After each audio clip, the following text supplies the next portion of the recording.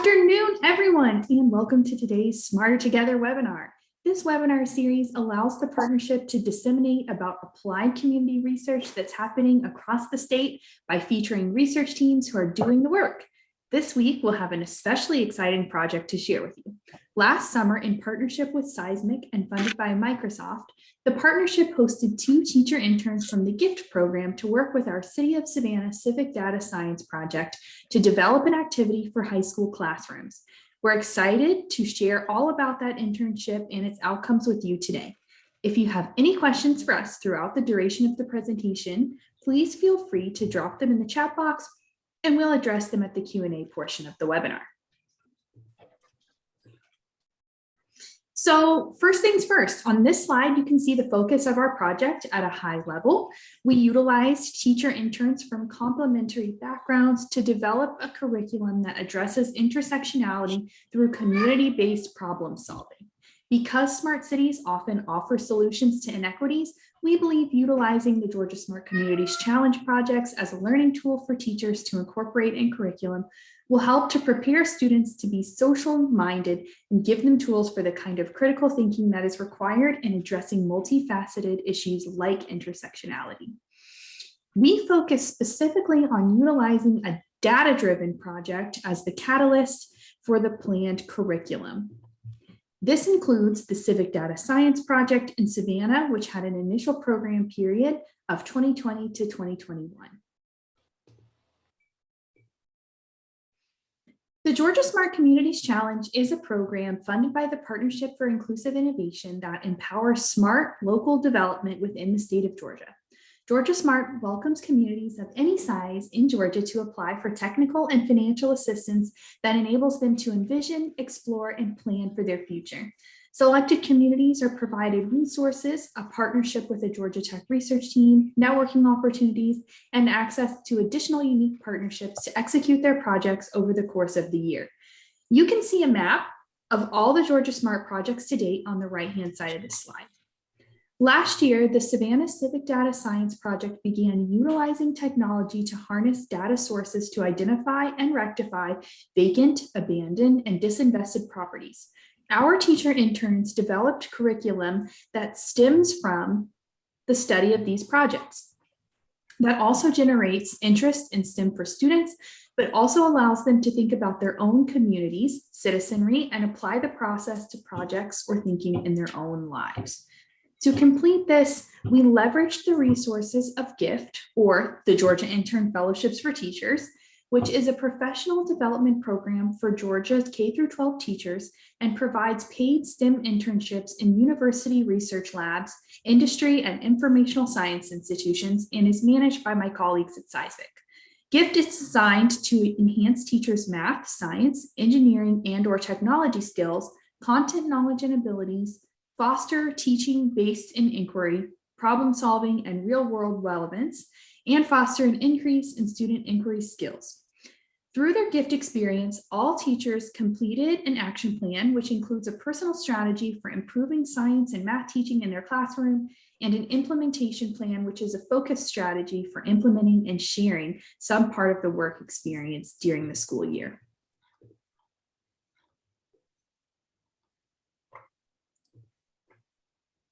So one of our teacher interns is here today, and so they're going to talk a little bit about her experience. So I'll let them introduce themselves when we get to that segment of the presentation. But we wanted you to have some frame of reference for who these teachers are and what their role within the community is as we paint a picture for how this activity is formulated and will be used in classrooms. Both teach high school algebra in Savannah and identify themselves as neighborhood school teachers. The initial first 4 weeks of the internship were utilized by laying the groundwork for all the topics teachers would be expected to incorporate into the activity they would produce. They went through a formal orientation process and began their background learning on Georgia Smart, smart cities, and intersectionality. They learned from a variety of sources, including scholarly articles, short videos, web articles, and were able to attend the Alliance Theater Educator Conference centering justice, the STEM STEAM Teacher Academy Summer Series, the Computer Science for Social Good, and the Georgia Council for Teachers of Mathematics Summer Session. Most importantly, the teacher fellows were able to get experience with the Savannah Civic Data Science Project through attending a field activity in early June through the City of Savannah's formal site visit in mid-June. All the photos featured in this slide deck are from that field activity. Here you can see the project lead, Brian Brainerd, engaging with one of our teacher fellows seen on the right. This video describes the field activity in detail so you can get an idea of how these teachers were able to understand real-world data collection, understand what makes a good neighborhood, and process these ideas to take back their classroom. Hold on one moment while we get the video started.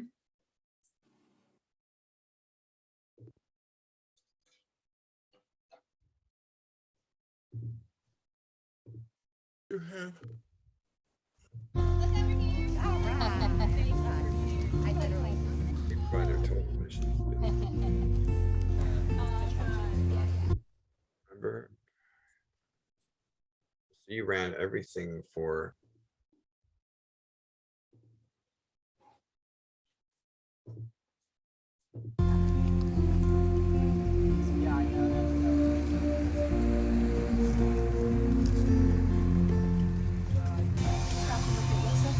just the whole block. You know, what are your feelings about being here, and how do you connect with the block? You know, is it appealing to you? Would you live here? Like, you know, calm environment, environment. If you compare that block, the way we were standing there, if you compare this block, if you compare two blocks, there is a difference. Yeah. And the difference, I think, I don't know what about the year of build, but those properties were more maintained, like just visually, than these properties. Right. So I think one thing that to note is like the shade, the amount of trees, like That lets you know it's been here a long time. yeah, exactly. It makes it seem like it's been here a long time. Yeah. So how do I use the survey? You pick the parcel that you're standing in front of, which is where that blue dot will be. Okay. So to get that, you open your land grid app. So what do I do? This, right? Yes? Oh. That's right.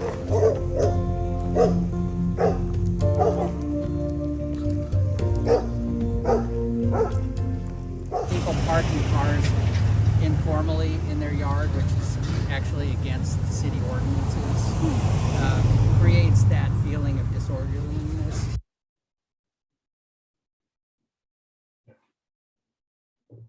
And also is, even with a driveway, I was telling the folks I was with yesterday that there's more risk with driveways where you're likely to have people and children, you know, in between the street and where the vehicles are parked. Now in Edgemere, there are alleys that you can park off, which then would allow you to make your yard greener and have less concrete, for instance. So, you know, it's both aesthetic and practical consideration. So I am going to rate this block. Fill out the survey. Rating this block 2 stars because it doesn't have as much shade and is not as pedestrian friendly. And then we'll take a picture.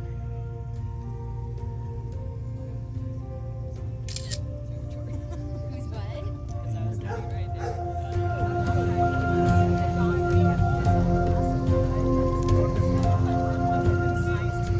I'm going to show you a 5-star block in mine. Okay. So Brian.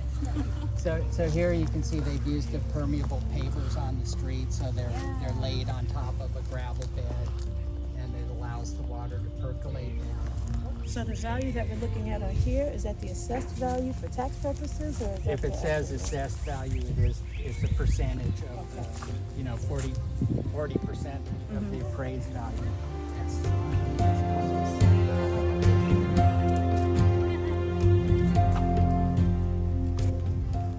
Well, I don't want to speak for our teachers here, but I do think if we're able to get the enterprise license, it sounds like you guys would be very interested Well, in you'll be utilizing that. on my list of first early adopters. Yeah, early adopters, yeah. To get back to.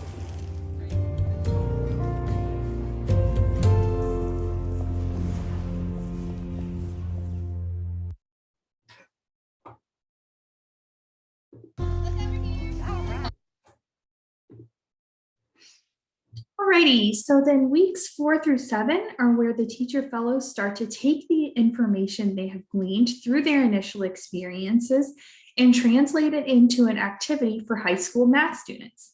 They begin to craft that activity, which Jayma is going to talk more about in the upcoming slides, that coordinates with state and local guidelines by working with 3 different mentors through both our program and the GIFT program. They also recorded much of their experience in a reflection journal. Here's a snapshot of this summer's fellowship by the numbers. We had 2 Savannah area math teachers who spend 520 total hours working to create an activity for high school students that will be spread across the state. These teachers were able to attend 4 professional development activities, allowing for 45 professional development hours over the course of their fellowship. They each read 5 or more scholarly articles, including Intersectionality, a Pathway Towards Inclusive Innovation, Designing Rightful Presence in STEM, and Beyond Equity and Inclusion, a Framework for Rightful Presence, and others. Finally, each fellow attended 2 key community events: the field activity that you were able to learn about from the video, and a City of Savannah site visit where they were able to hear both from project members and area experts on housing data best practices and upcoming trends.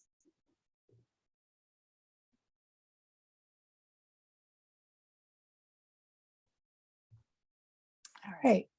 Hi, everyone. My name is Jayma Koval, and I'm a research associate at Seismic, which stands for the Center for Education Integrating Science, Mathematics, and Computing.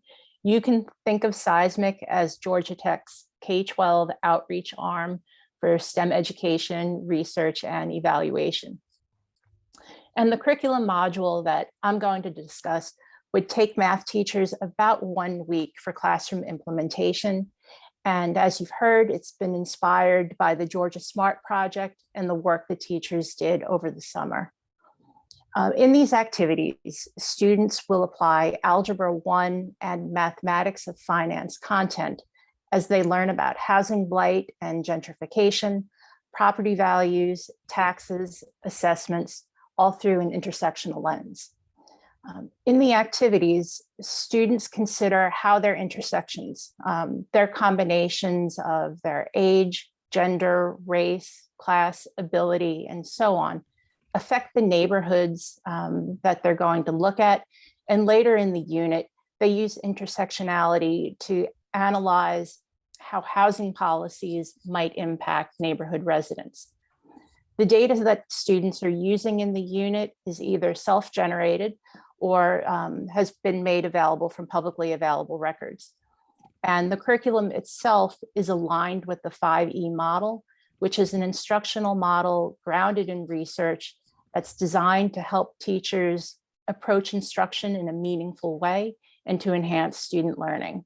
And each E in the model is going to represent a different phase in the instructional process. And I'll show you how that works on the next slide. Okay, so here's a brief overview of the curriculum module. So Engage is the first section of the curriculum, and its intention is to hook students into the module and to capture their interest with conversations about homes in the neighborhood, neighborhood blight, and intersectionality. And during the Explore phase, this is the next step, students are going to actively investigate a phenomenon or problem. And in this activity, they're going to take that walking tour of a neighborhood that you just saw in the video, and they collect data based on what they consider to be a good neighborhood. So this activity has been modified based on the experiences that the teachers had during their field visit. During the third stage, Explain, students take the data that they collected during that Explore stage, and now they're learning how to apply it with the standardized math content that they need to learn in their classroom. So here they're going to take that information, they're going to take that data, and they learn how to present it into 2-way frequency tables. And they also learn how to complete an in-depth analysis of the data in line with the algebra standards that they're working on. And I'll show you a preview of that in a moment. The elaborate stage, or the fourth step of this model, is where students have taken what they've learned all through the unit so far, and they're now extending it or applying it in a new way. And in this case, they extend their understanding by learning about property assessments and millage rates. And they'll use publicly available data for in our module for the neighborhood that they were hopefully walking through. And they'll see from the data from this neighborhood, which had been targeted for blight eradication in Savannah, they'll use that data and analyze that data to compare how property values, assessments, and property taxes have changed over time. And then finally, in the evaluate stage, they're taking what they've applied throughout this entire unit and applying it into a sample home in the neighborhood that's been targeted for blight eradication. And they're also learning about how gentrification and neighborhood improvements might have positive and negative impacts on long-term residents. So they're applying intersectionality through many steps in this curriculum. Okay. Next slide, please. Thank you. So taking a brief deeper dive into some of the actual content that we've created. This is a preview of two of the student sheets for the Explore and the Explain activities. So as I mentioned, this activity was developed based on the experience that the teachers had over the summer. And our hope, or our initial goal, was that the students in Savannah would get to walk through that same neighborhood and preview the homes and make their assessments based on what they saw. But if that's not possible, especially with disseminating the curriculum outside of Savannah, we have multiple alternatives to taking that neighborhood tour. But the curriculum, even though we have it written for these neighborhoods in Savannah that were targeted for blight eradication, the framework is adaptable for any community, and teachers can just replace the data that's included for the local neighborhood that they would like students to focus on. Okay, so as the students walk through the neighborhood and make observations of the homes and the general feel of the neighborhood, they're asked to look for evidence of each parameter that's listed on the worksheet. And there are more than the 18 parameters that you see listed on the screen. So they're walking through the neighborhood, looking for evidence of, walkability or traffic impacts or mobility options. And they're asked to rate those parameters based on their own judgment, either good, fair, poor, or no basis to judge. But they're also asked to come up with additional parameters that aren't already listed on the screen. Additional parameters that they feel would be found in a good neighborhood, good by their definition. The activity is subjective, and the ratings that students give are reflective of their own perspectives as determined by their intersectionality. And we also ask students to consider how other people would rate the same neighborhood. If someone was a bike commuter, or if they used a wheelchair or a scooter, how would they rate the neighborhood on mobility? If they had a family and had small children, or didn't have a family, how would access to schools or daycares impact what they consider to be a good neighborhood? So we're asking them to consider the neighborhood from multiple perspectives.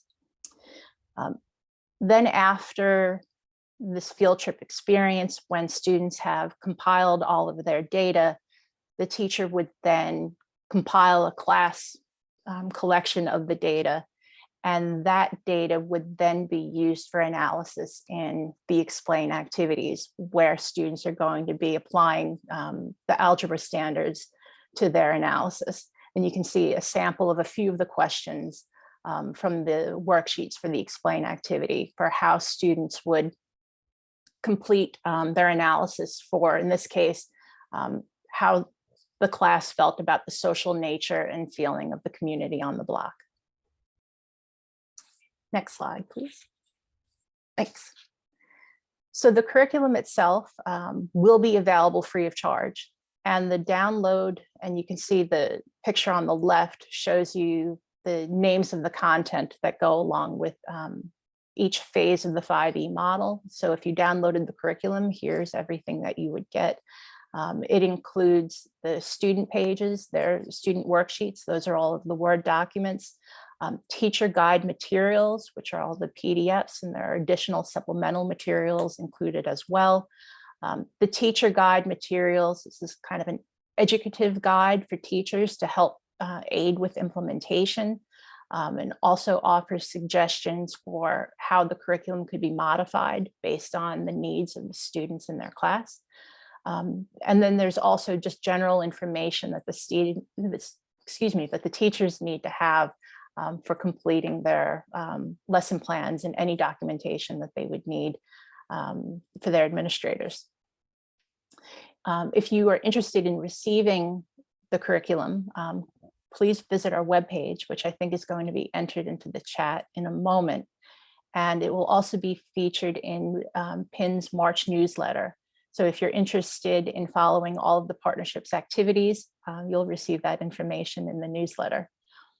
As a curriculum developer, one thing that I want to stress is that the curriculum is in a pilot phase. So our hope is that as teachers implement it, they'll share their feedback with us, and my information, my email address is saved in one of the files in the curriculum, because we would love to hear how the curriculum works in classrooms, any hiccups that teachers came up with along the way, suggestions or tips or things that went really well and success stories. We love to hear all of it, because curriculum is never, you write it, you create it, you're done, it's perfect. There will always be room for iteration and to make improvements. All right. So we'll now open up the dialogue to hear from one of our teacher fellows who was able to join us today. So thank you, Ms. Coley, for being available to meet with us today. First question for you. Could you please give us an introduction of yourself? Thank you, Jema. This is Rashi this side, and I'm one of the educators at Savannah. And I work as a mathematics department chair at Savannah High School. And that's the oldest school in Savannah. So it's been more than 100 years that the school is there. That's all I have as an introduction for me. And I was very glad to be part of GIFT program, not just because it connects to the real world, but it helps you connect with different people, and you get to hear different stories where you can relate as a teacher that what kind of environment a student needs. And being an international teacher, it was very difficult for me to relate to my students at present. But this program has provided me a vision where I was able to blend this program with the students and able to understand the needs of the students well. Great. What was attractive to you about working with the Smart Cities project in your local community? The first thing, the name itself, the Smart Cities. That always attracted me towards working with the community, because it is helpful when we relate to the community and align our standards according to the community. The students are well engaged. When I implemented this project, I'm still implementing it, but during each phases, the phase 1 and the phase 2, I saw engagement of the student has increased a lot. Since this is a neighborhood school and it is a Title I school, so the results have been poor in the past. And as I implemented last year, I saw there was an overall jump, and all the students in the class, there were around 9 students who had implemented this so far, and 9 of them have got proficiency or better in their final Georgia milestone exams. So not only exams point of view, but their overall engagement, their enthusiasm was observed. That's great to hear. how impactful is it for your students to work closely with innovative initiatives in their community? That's a good question. I would say that since being a mathematical teacher, in my last 6 years, I know that students have been very scared from math. However, when you relate those community along with the curriculum and give them accountability, have their own voice in it, that eventually helps them to engage themselves in the curriculum. So. Alrighty. How will this activity that you help to develop engage students to bridge the gap between hard science and social science concepts? So the activity, the action plan, which me and Ms. Jones both have developed based on the smart city, does not only compromise mathematical concept, but give the students an opportunity to survey their neighborhood, to apply that data science where they're involved in research methods, that what type of neighborhood they want to live in. And like Jeremiah said, that those 18 parameters what not were restricted. However, they were given an opportunity to add some parameters, which they did. And based on their research strategies, they were able to connect those science and mathematical skills. And that did help bridge the gap. How has your summer experience affected how you would like to teach other parts of your math curriculum? So honestly, when I completed this program, I went to my principal and I spoke regarding the non-GMAS classes in which the student does not have to give the Georgia milestone. So I was very flexible with that part. And rather than only focusing on the standards, we focused on how to build that real STEM curriculum inside the school building. And my summer experience with the gift provided me to interact with you, with interact with other people around the community, and with the help of them, with the help of all of you, I was able to do slight modifications, like we say curriculum compacting. I was able to do it in my class, and that was very effective. Thank you. Alright. Yeah, thank you so much. Thanks so much, Rashi, for being here. We're very grateful for your time, especially knowing that you are from Savannah and today is St. Patrick's Day. So we know it's a big day there in your area. So thank you so much for bringing your insight here. It looks like we do have one question from the chat. If anyone else has questions, please feel free to put them in the chat at this time. The question that we have is, what grade levels are you targeting with this curriculum? Sure, great question. So it was written for Algebra 1 and Mathematics of Finance also. So depending on where in the schools that Algebra 1 is covered, I know for it's taught in 8th grade in some middle schools and at different levels of high school and other places. So that will depend on the school. But Algebra 1 and Mathematics of Finance. I would also recommend for other math teachers just to take a look at it and see how it could be modified or scaled based on your own curriculum needs. Great, perfect. Alrighty, well, with that being said, it looks like we don't have any further questions in the chat. So we want to, oh, here's one. Do you have programs that support teaching science in other languages, maybe to help students who are not native English speakers? Yes, if this is a question for me and what we have at Seismic, yes. If you give me a second, I will, let me get this link. So we have, I'll put Seismic's site here. But I would recommend for Latino audiences in particular, I would recommend looking at GoSTEM And GoSTEM right now has their Latino STEM and College Fair that's going on right now. And there's a virtual portion of that program on Saturday.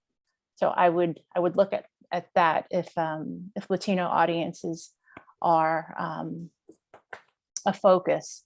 But we also have other programs at Seismic that are worth considering and looking at also. But the Spanish programming, GoSTEM and Remezcla also. I forgot about Remezcla, which also focuses on Latino students. Perfect. All righty. Well, thank you all so much for attending this Smarter Together webinar. To learn more about the partnership and our programs, please visit our website, pingeorgia.org, and follow us on social media at PinGeorgia. The Georgia Smart Communities Challenge, which was mentioned throughout this presentation, is currently open for applications until April 15th. If you live or work in a community that could benefit from support for a Smart Cities project like the one in Savannah you heard about today, please visit our website for more information or reach out to me directly using the email listed on this screen. Again, thank you all so much for joining us, and we look forward to seeing you at future Smarter Together webinars.